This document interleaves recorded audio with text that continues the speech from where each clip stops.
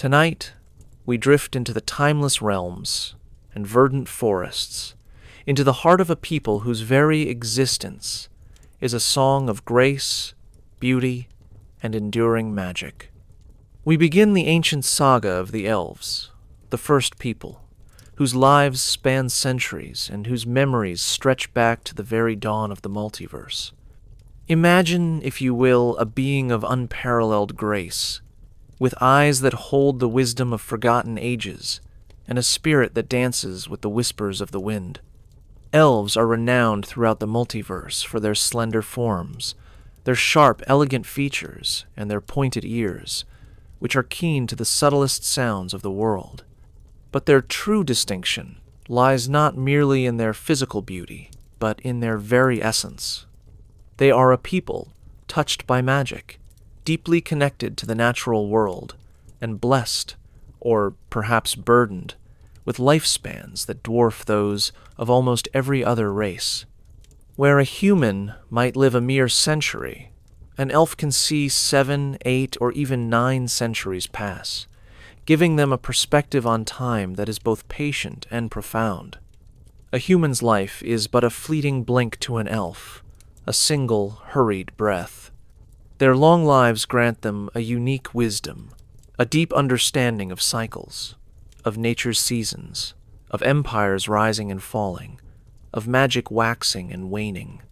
This patience makes them slow to anger, slow to trust, but fiercely loyal once their bond is forged. Their beauty is often ethereal, otherworldly, born from their close ties to magic and the Fae. Every movement can seem like a dance, every word like a melody. The origins of the Elves are, like many things, ancient, shrouded in myth and divine whisper, but a central figure in almost every Elven cosmology is Corellin Lorathian, the creator god of the Elven people and the head of their pantheon, known as the Sundering. Corellon is often depicted as an androgynous deity of unparalleled grace and artistry, the patron of magic, music, arts, and war.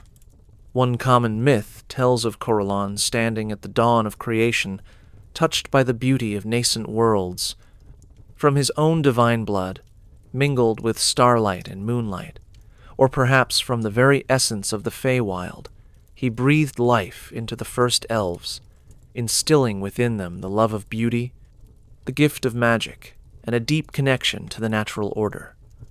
They are literally the children of starlight and song, born from a deity's perfect vision.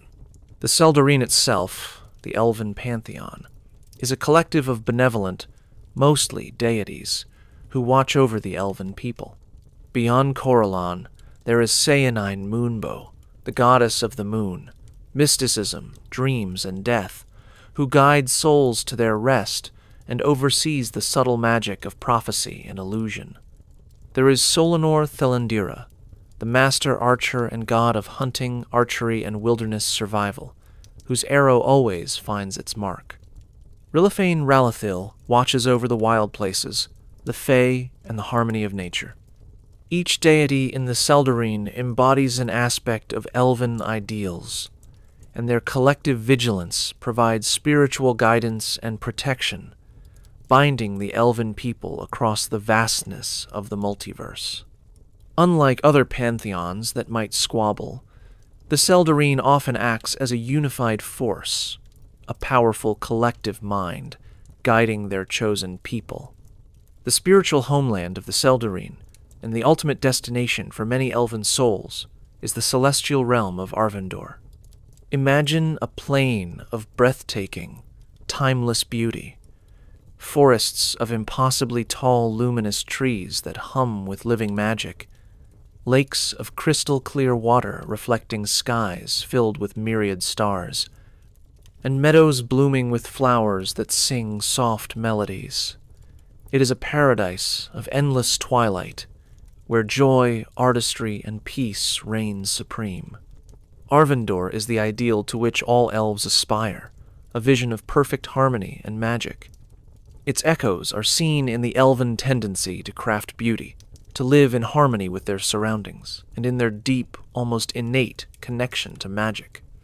This longing for Arvindor, for a perfect state of existence, often manifests as a subtle melancholia within even the happiest of elves. The elven sensory experience is unique. Their keen eyes pierce through dim light with effortless grace, and their sensitive ears catch the faintest whisper of the wind or the rustle of a faraway leaf. They possess an almost ethereal grace in their movements, as if their steps are always accompanied by the softest music. Their connection to nature is profound.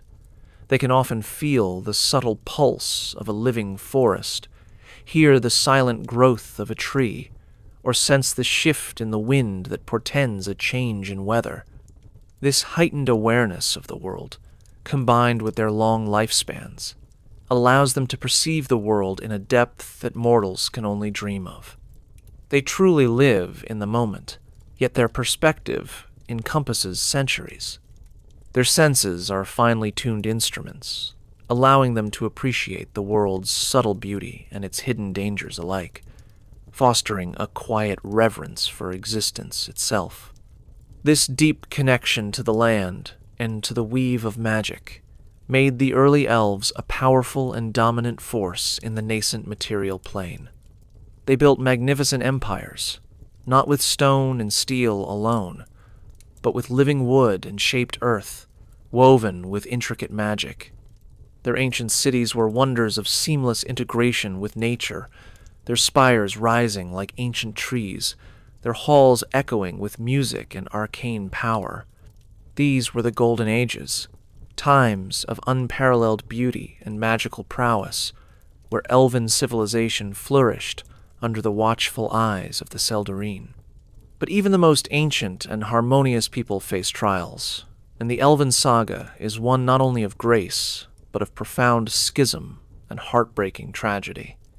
Their history is marked by a cataclysmic internal conflict, a war that tore their very essence apart and cast a shadow that lingers to this very day. This was the dawn of a darkness that would forever alter the Elven destiny and lead to the sundering of their proud people. As you listen, allowing these ancient whispers to soothe your mind, please consider subscribing to the channel. Your support allows us to continue delving into the rich lore of Dungeons & Dragons, bringing these stories of magic, myth, and wonder to life. The first sundering and the sundered races.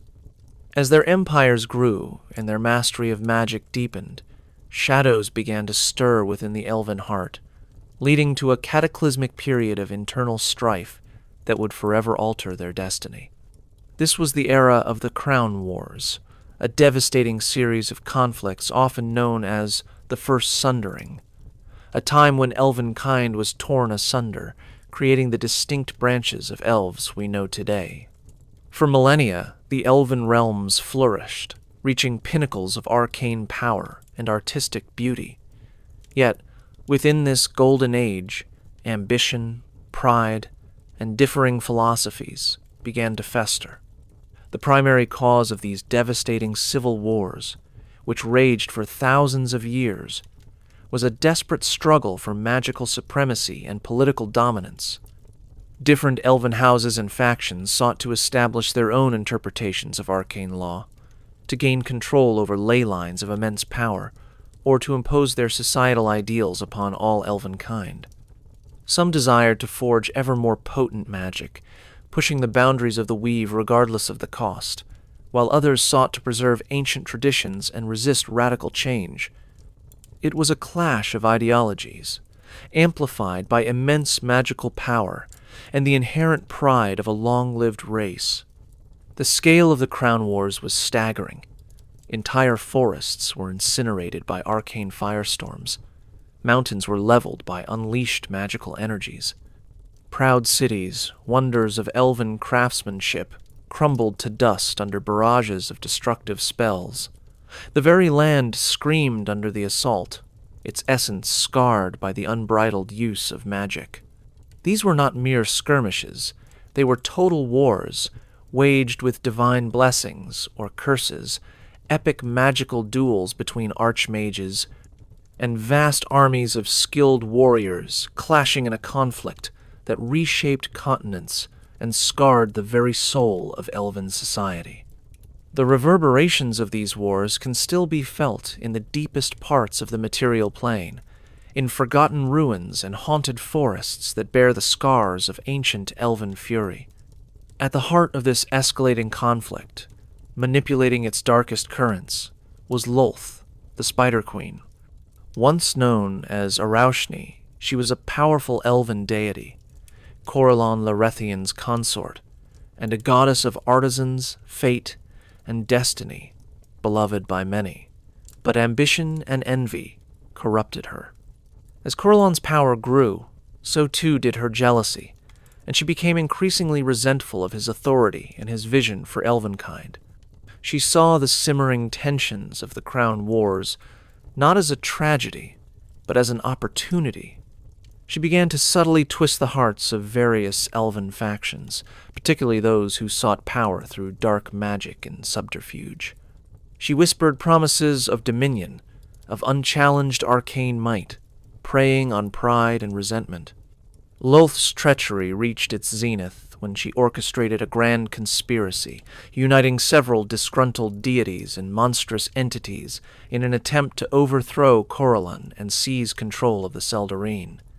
Her rebellion culminated in a devastating assault on Arvindor itself, a divine war that shook the very foundations of the cosmos.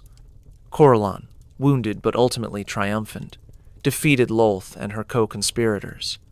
For her unforgivable betrayal, and for plunging Elvenkind into aeons of civil war, Lolth was stripped of her divine grace by Corellon. She was transformed into a monstrous, spider-like demon queen and cast down into the abyss, a realm of infinite chaos and evil, forever becoming the demon queen of spiders and lies. But her punishment was not hers alone.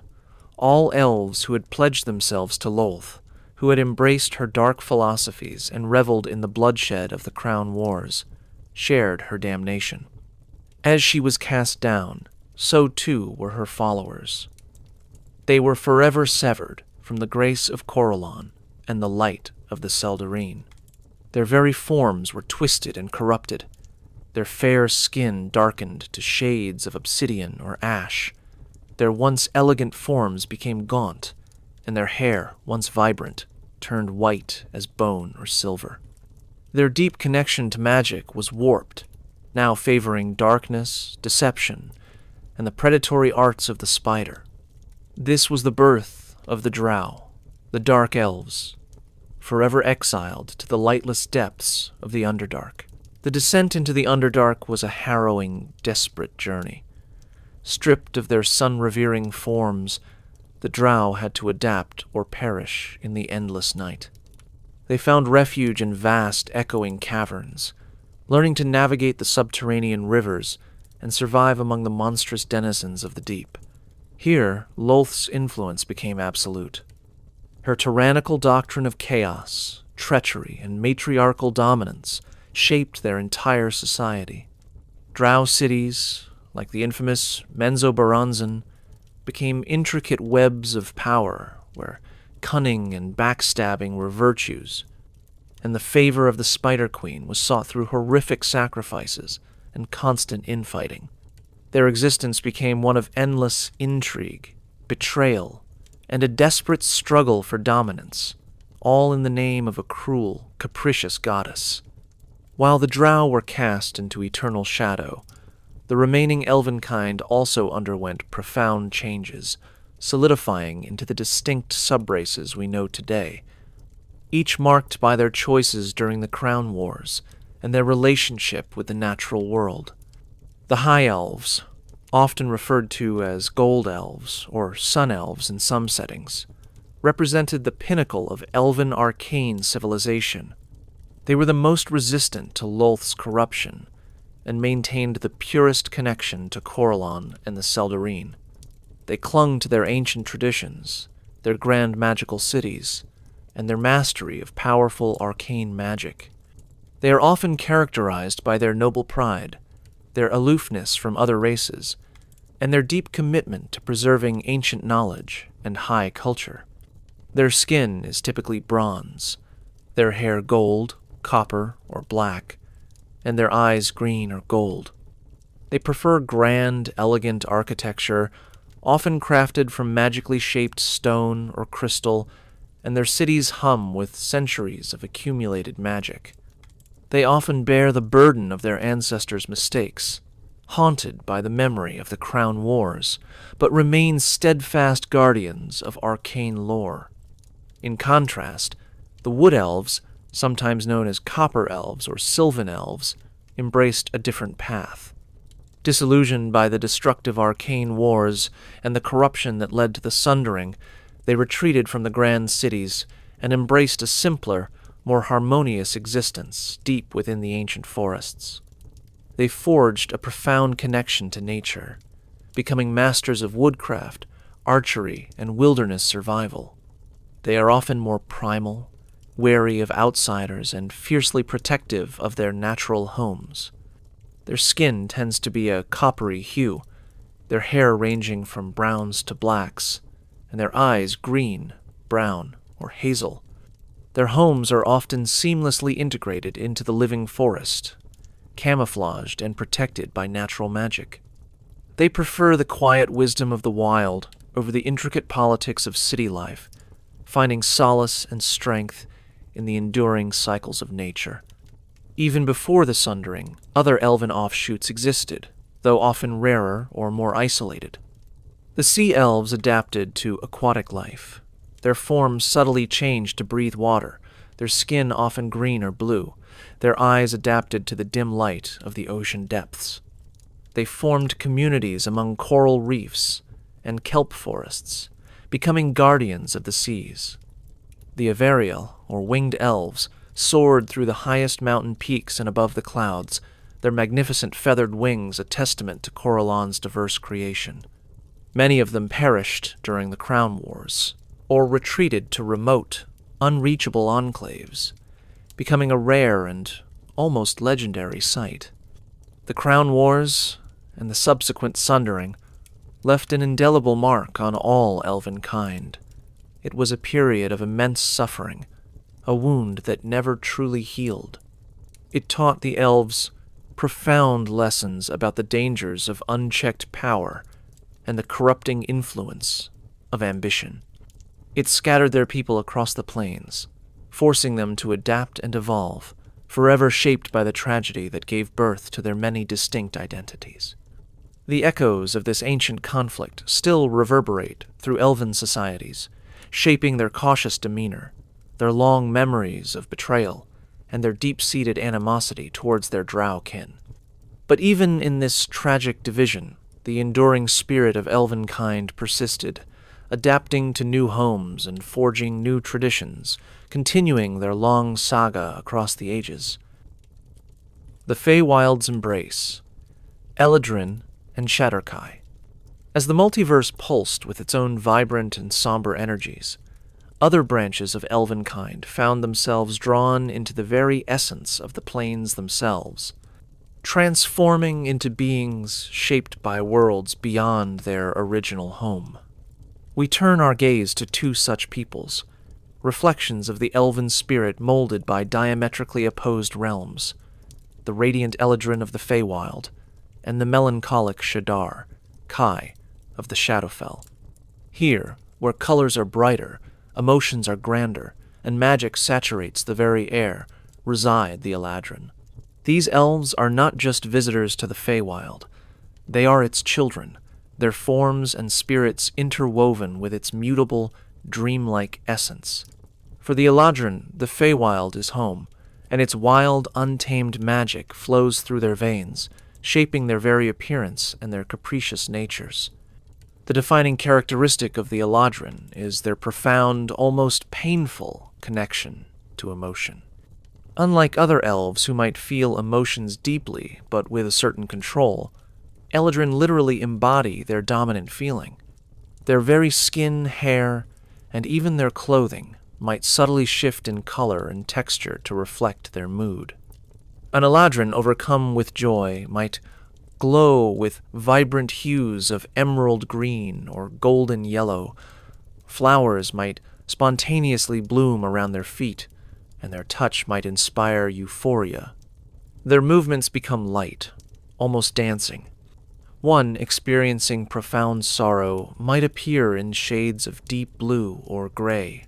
Small, dew-like tears might constantly well in their eyes, and their presence could evoke a shared sense of melancholy in others.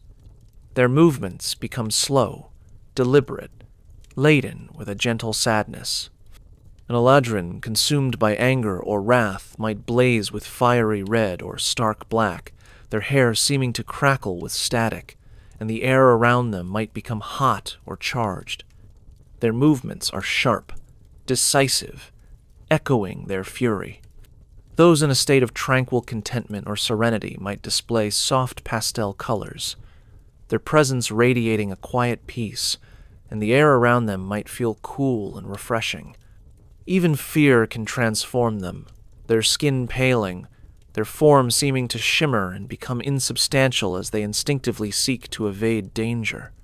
This ever-shifting manifestation of emotion is not merely cosmetic, it is tied to their innate magic. Eladrin possess a unique form of teleportation, often called a phase step, that allows them to instantly vanish and reappear a short distance away. This ability is often accompanied by bursts of the elemental energy that reflects their current emotional state, a flurry of autumn leaves for sorrow, a shower of blossoms for joy, a crackle of lightning for wrath. They are masters of illusion and enchantment, weaving magic that tantalizes the senses and bends perception, reflecting the dreamlike reality of their home plane. Time itself flows differently in the Feywild, sometimes rushing by in a blink, sometimes lingering for an age, and Eladrin often share this mutable perception, living lives that are intensely vibrant, yet profoundly detached from mortal chronologies. They dance between whimsy and profound depth, elegant, beautiful, and sometimes terrifying in their emotional intensity. In stark, chilling contrast to the vibrant Eladrin, across the cosmic tapestry lies the mournful realm of the Shadowfell, and within its pervasive gloom reside the Shadar-kai. These elves were drawn into the plane of shadow through ancient pacts, perhaps an attempt to escape the horrors of the Crown Wars, or by the insidious influence of powerful entities like the Raven Queen. Whatever the initial cause, their long exposure to the Shadowfell's soul-draining despair utterly transformed them. The Shadar-kai are beings of profound melancholy and muted emotion. Unlike the Eladrin, who embody emotion, the Shadar-kai strive to numb it. Their skin is typically a pallid gray, like sunless stone, or a deep, bruised purple. Their hair is often dark, and their eyes are sunken, appearing as deep-shadowed pools, lacking the vibrant spark of living elves. They adorn themselves, not with bright colors or natural ornamentation, but with dark, often spiky clothing, and frequently cover their bodies with intricate tattoos and numerous piercings. These piercings are not merely aesthetic. They are said to be a ritualistic practice, a way to feel something in a plane that otherwise saps all sensation, to anchor themselves to reality through physical sensation. Their connection to the Shadowfell grants them unique powers, often called shadow steps or blinks. Like the Eladrin, they can instantly vanish and reappear. However, their movement is not accompanied by bursts of elemental magic, but by a swirling of shadows or a momentary dissipation of their form into pure gloom. This allows them to stalk their prey unseen, to appear from unexpected angles, and to navigate the bleak landscapes of the Shadowfell with uncanny ease. They are silent, relentless, and deeply fatalistic. The Shadar-kai serve the enigmatic Raven Queen, the powerful entity who oversees fate, memory, and death in the Shadowfell. They are her silent agents, her loyal guardians, and her collectors of dying memories. They carry out her will with grim purpose, driven not by passion, but by a deep-seated acceptance of their inescapable fate. They have, over centuries, learned to insulate themselves from the crushing despair of their home plane, not by resisting it, but by embracing a profound detachment. They rarely laugh, rarely cry, and often speak in quiet, measured tones, their voices lacking the inflection of true joy or sorrow. Their movements are often described as jerky, almost marionette-like, a stark contrast to the fluid grace of other elves, a reflection of their existence as servants bound to a dark mistress. They are the beautiful, broken shadows of what elves once were, living monuments to the plane's pervasive gloom. The dichotomy between the Eladrin and Shadar-kai is one of the most poignant and tragic in Elven lore. They are, in a sense, two sides of the same beautiful coin, born of similar Fey ancestry or deep planar influence, but profoundly shaped by the realms they call home. The Eladrin thrive on sensation, emotion, and vibrant, unpredictable magic, embodying the boundless wonder of the Feywild. The Shadar-kai, conversely, have learned to survive by suppressing sensation, embracing numbness, and channeling the chilling silence and inescapable despair of the Shadowfell. Where one is a riot of fleeting, intense color, the other is a study in muted, eternal gray. Their very existence highlights the fundamental power of the plains to shape not just landscapes, but the very souls of those who dwell within them. They are living examples of how environments can forge identity, how profound beauty can lead to profound sorrow, and how choices made in ages past can ripple through generations, transforming a people in unimaginable ways. Both Eladrin and Shadar-kai represent an extreme expression of the elven spirit, pushed to its limits by their respective planar homes, forever existing as otherworldly reflections of the ancient people from whom they sprang. They are a constant reminder that even grace can lead to dark places, and even despair can forge a quiet, enduring strength. Elven societies, magic, and lifespans. Elven cities and settlements are wonders born not just of stone and mortar, but of magic, patience, and a profound respect for their environment. Unlike the sprawling, often chaotic metropolises of shorter-lived races, elven settlements rarely impose themselves harshly upon the landscape. Instead, they grow with it, integrated seamlessly into the natural world. Imagine soaring spires crafted from living trees, their branches forming elegant arches and spiraling towers that pierce the sky, adorned with meticulously carved wood and magically hardened leaves that shimmer with inner light. Homes might be nestled within the boughs of ancient forests, or carved with artistry into cliff faces, their entrances disguised by illusion and overgrown foliage. These cities, whether hidden deep within ancient forests or gleaming on secluded coastlines, are vibrant ecosystems of artistry and harmony. Gardens are not merely decorative, but integral parts of the living architecture, filled with exotic, luminous flora and gentle, singing fauna. Magical wards, often invisible and integrated into the very air, protect them from intrusion, woven by generations of elven mages. Roads might be made of smoothly polished living stone, or simply pathways of compressed earth that feel soft beneath elven feet. Places like the legendary Evermeet, the island paradise west of Faerun, or the once magnificent Myth Drannor, before its tragic fall, represent the pinnacle of elven architectural and magical achievement. Myth Drannor, in its prime, was a city where elven high magic mingled with human ambition, creating a haven of knowledge and arcane innovation, a testament to what could be achieved when cultures collaborated, even if briefly.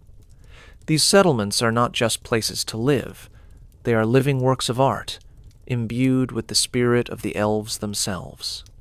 The elves possess an innate talent for arcane magic that is unmatched by most other races. While a human wizard might spend a lifetime mastering a single school of magic, an elf often displays a natural affinity, a subtle intuition for the ebb and flow of the weave from a young age. Their magic tends to be more subtle, more enduring, and less overtly destructive than many human arcane traditions. Elves excel in enchantment, weaving compelling illusions, influencing emotions, and subtly bending wills, reflecting their own grace and mastery of persuasion. Illusion, creating incredibly realistic phantasms and mirages, often used for defense, concealment, or simply for artistic expression. Their illusions can be so perfect as to fool all senses. Divination, scrying distant lands, peering into the threads of fate, and understanding complex magical patterns, born from their patience and long memory. Natural magic.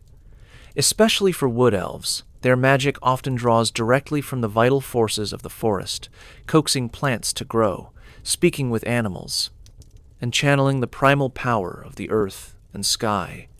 Their long lifespans allow them to dedicate centuries to perfecting their arcane craft. They can spend decades, even a century, on a single complex spell, weaving intricate layers of magic that would drive a human to madness. This results in the legendary Elven high magic, a form of magic so ancient and potent that it can shape the very landscape, create magnificent portals to other planes, or raise cities from raw earth.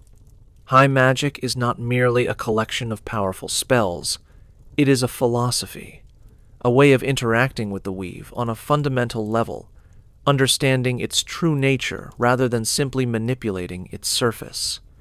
It requires patience, foresight, and a profound connection to the cosmic forces that only elves, with their extended lives, can truly achieve. Perhaps the most profound influence on Elven culture and outlook is their ageless perspective, born from their extraordinary lifespans. Where a human might measure time in decades, an elf measures it in centuries. This shapes everything. Patience. Elves are incredibly patient. They can embark on projects that will take generations to complete, knowing their descendants, or even they themselves in another century, will see them through. This patience makes them unhurried, thoughtful, and often seemingly detached from the frantic pace of shorter-lived races. Long memory. An elf might personally remember events that humans only read about in history books. They carry the weight of millennia of experience, of empires rising and falling, of friends and lovers fading into dust. This long memory makes them slow to forget slights or betrayals, but also deeply cherish ancient friendships and alliances. Slow to trust, fiercely loyal. Gaining an elf's trust is a lengthy endeavor, as they've seen countless generations of other races come and go. But once their loyalty is given, it is absolute and enduring, often lasting for centuries. Perception of time. They experience time differently. A year might pass like a day, a decade like a week. This can make them seem aloof or condescending to humans who rush through their brief lives. For an elf, a human's entire existence might be shorter than an elf's childhood. The fading, or longing for Arvindor. A subtle yet pervasive aspect of the elven condition is the concept of fading. As centuries pass, some elves feel an increasing weariness, a longing for the peace and timelessness of Arvindor, their celestial homeland. They might become less engaged with the material plane, their spirits slowly withdrawing, until they either choose to journey to Arvindor in a final, mystical act, or simply slip away into a peaceful, eternal sleep, their souls returning to the Seldarine. This isn't a death of despair, but a quiet return home, an acceptance of their long journey's end. Elven art, music, and culture are exquisitely intertwined with their long lives and their love of beauty. They produce breathtaking works of craftsmanship, intricate jewelry that seems to capture starlight, garments woven from spider silk, not drow silk, but natural, magical silk that shift colors in the light, and weapons like the legendary song blades that hum with their own inner melodies. Their music is often melancholic and hauntingly beautiful, telling tales of ancient heroes, lost loves, and the passing of ages. Elven poetry is epic in scope, sometimes taking days to recite, chronicling millennia of history, myth, and personal reflection.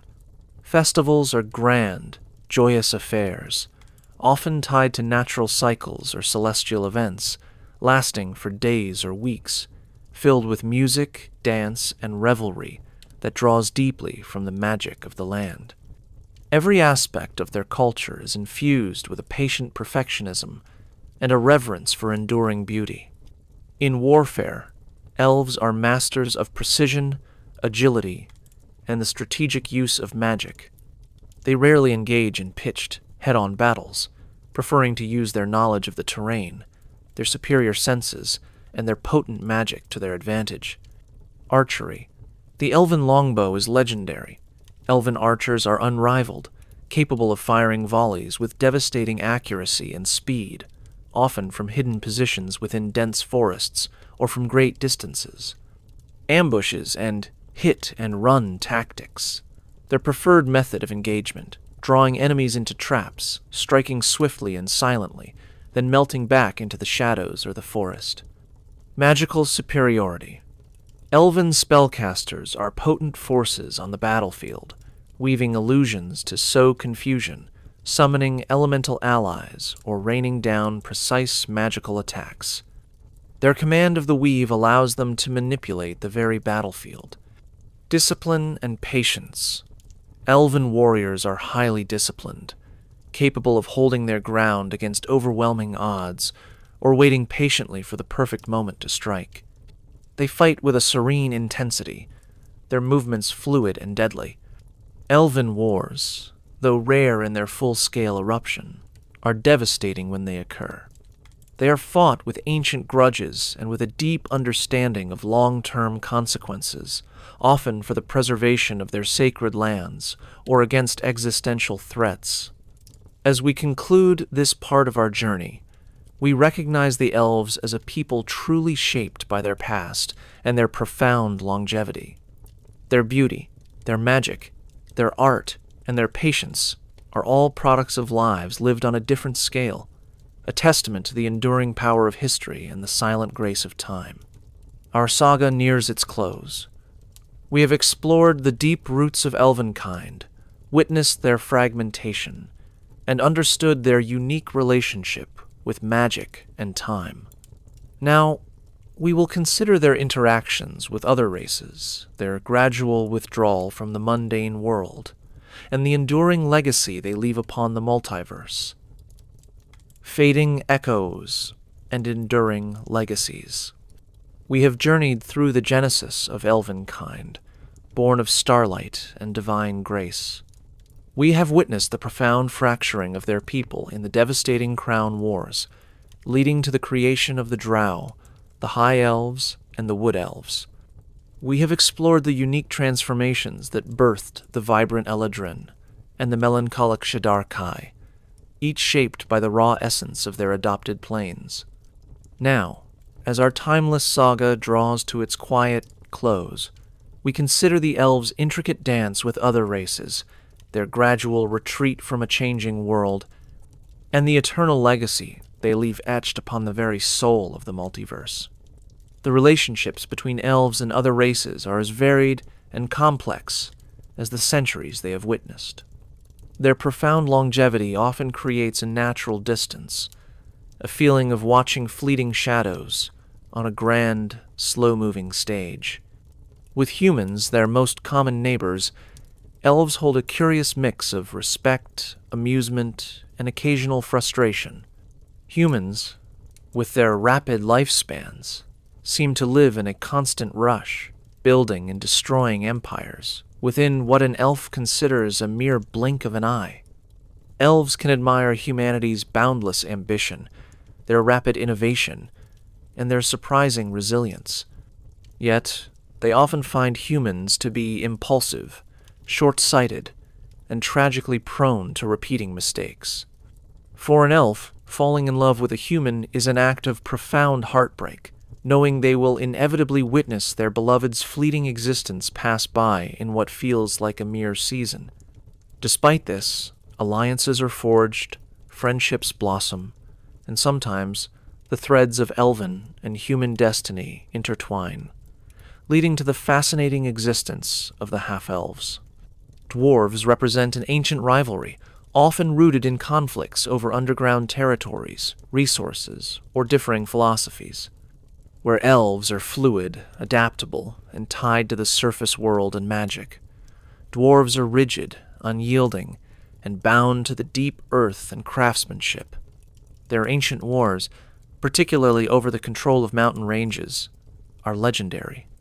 Yet, beneath this historical tension lies a deep, grudging respect for each other's resilience, craftsmanship, and martial prowess. In times of great peril, elves and dwarves have formed formidable alliances, their combined strengths proving nigh unbreakable against common foes. Their differing approaches to beauty, elven grace versus dwarven stonework, are often a source of friendly debate, or sometimes profound artistic inspiration. With orcs and goblins, the relationship is almost universally one of inherent animosity and ancient enmity. These races often represent the antithesis of elven ideals: wanton destruction versus harmonious creation, brute force versus elegant skill. The memory of countless invasions and atrocities committed by the greenskin hordes against elven lands fuels a deep-seated, almost primal hatred. Elven warriors are often the first line of defense against their rampaging numbers, engaging in swift, decisive battles to protect their sacred groves and ancient settlements. With the smaller, often more adaptable races like gnomes and halflings, elves generally maintain amicable relations. Gnomes, with their love of nature, curiosity, and sometimes fey ancestry, often find common ground with elves. Halflings, with their peaceful, grounded nature and love for community, are rarely a source of conflict and sometimes form quiet, mutually beneficial relationships with elven communities. As the centuries wore on, and the material plane became increasingly populated by burgeoning human empires and the clamor of industrialized societies, a significant portion of elvenkind began a profound phenomenon known as the retreat. This was not a desperate flight, but a gradual, dignified withdrawal from a world that was becoming too loud, too fast, and too crude for their refined sensibilities. This retreat often led them to the secluded, magically veiled island of Evermeet, a true elven haven west of Faerun, shimmering with ancient magic and vibrant life. Or they withdrew to other hidden enclaves, deep within ancient, untouched forests, or even established new cities on distant, magically cloaked continents. For some, the retreat was even more profound, a journey into the inner planes, or a final, mystic passage into Arvindor itself, their souls becoming one with the Seldarine. The reasons for this withdrawal are complex. It was partly a sense of weariness, a natural culmination of the fading that many elves experience, the longing for their celestial home. It was also a practical response to the increasing population and environmental impact of shorter-lived races, whose rapid expansion often conflicted with elven ideals of harmonious coexistence. The elves, with their foresight, understood that the relentless march of other civilizations would inevitably consume their pristine lands, and rather than engage in endless, costly wars, many chose to simply step back, preserving their essence and their ancient ways in places untouched by the modern world. These hidden realms became bastions of elven culture, where high magic continued to flourish, and the ancient songs of Corellon echoed eternally. This ongoing interaction and occasional intermarriage between elves and humans led to the rise of the half-elves. These individuals occupy a unique and often challenging place in the world, belonging fully to neither elven nor human society. They possess the keen senses and grace of their elven heritage, often with a hint of their magic, but also the vibrant spirit and shorter lifespan of their human side. Half-elves often feel like outsiders in both worlds, too quick for elves, too long-lived for humans. This dual identity, however, grants them a remarkable resilience and adaptability. They often become skilled diplomats, mediators, adventurers, and travelers, uniquely positioned to bridge the gap between cultures, understanding both the fleeting passions of humanity and the enduring wisdom of elvenkind. Their lives, though not as long as a full elf's, are rich with experiences that encompass both sides of their heritage. Perhaps the most comforting and profound aspect of elven lore is the concept of their reincarnation and the cycles of Arvandor. Unlike many other races whose souls are typically guided to the various outer planes of the deities they worshipped, many elves believe that upon their physical death, their souls eventually return to Arvandor. There, in the blessed lands of the Sundering, they may rest for centuries, their spirits renewed, before they are eventually reincarnated into new elven forms. This gives their existence a continuous, cyclical nature, a grand, unending saga rather than a singular, finite journey. It means that the wisdom and experience of ancient elves are never truly lost, simply remanifested. This belief instills in them a deep sense of purpose and a unique perspective on death, not as a final end, but as a peaceful return to the source, a quiet interlude before the next chapter begins. Thus, the future of elves remains one of enduring presence, even if often from hidden sanctuaries. They continue to be the guardians of ancient lore, the quiet practitioners of high magic, and the silent observers of the multiverse's unfolding drama.